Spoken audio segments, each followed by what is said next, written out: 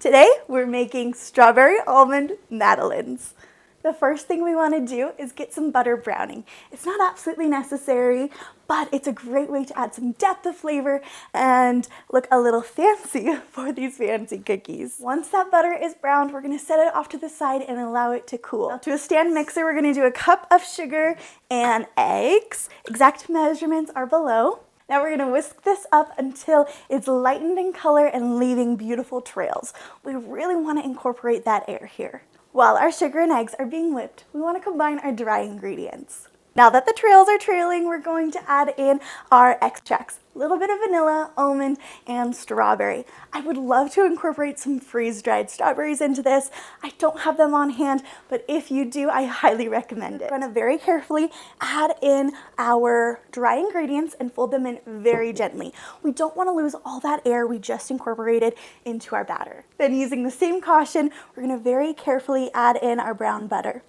Cover your batter and place it in the fridge to chill. We also want to chill our cake pans that have been greased with butter. It is this extreme difference between the cold pan and batter and the oven that will create the iconic silhouette and that hump of a madeleine.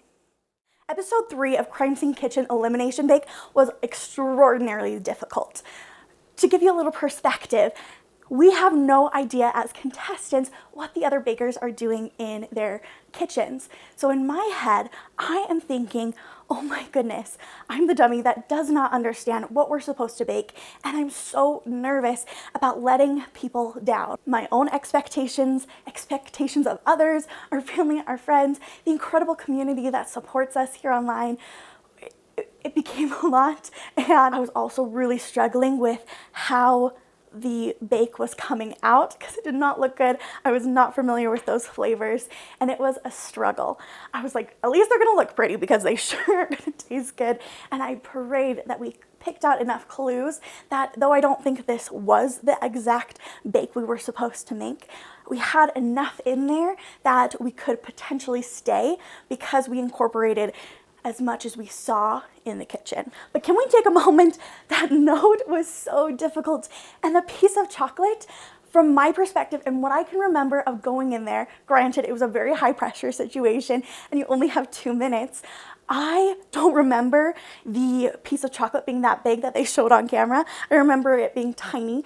Granted, there were ridges, but I thought that was just like a drip from it being coated because of the drying rack. And that's how it fell and solidified, not that it was the actual ridge of a madeleine. I'm so grateful Ronan was there to help me through that and help me remember that, granted, this is a competition for life-changing money, but the reason we bake isn't for that. It's the joy of baking, sharing, creating, experimenting. Those are the reasons we bake. And in that moment, I cared so much about what people thought that I lost that joy. Granted, I was trying my best for this competition. We loved the show and wanted to stay on and continue sharing the message of joy of baking, and it was so much fun. Like the detectives and mysteries and clues, it was my 2 worlds combined. It was the best. And I cared so much about that I lost sight of what really matters.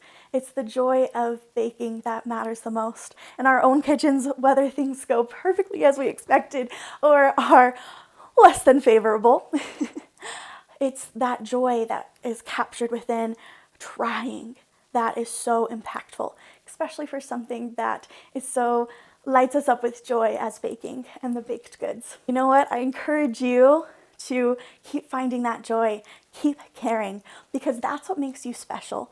And I'm so grateful for the outpouring of love and support that you have given us. Thank you. All right, enough sappy stories. Let's get these madeleines in the oven.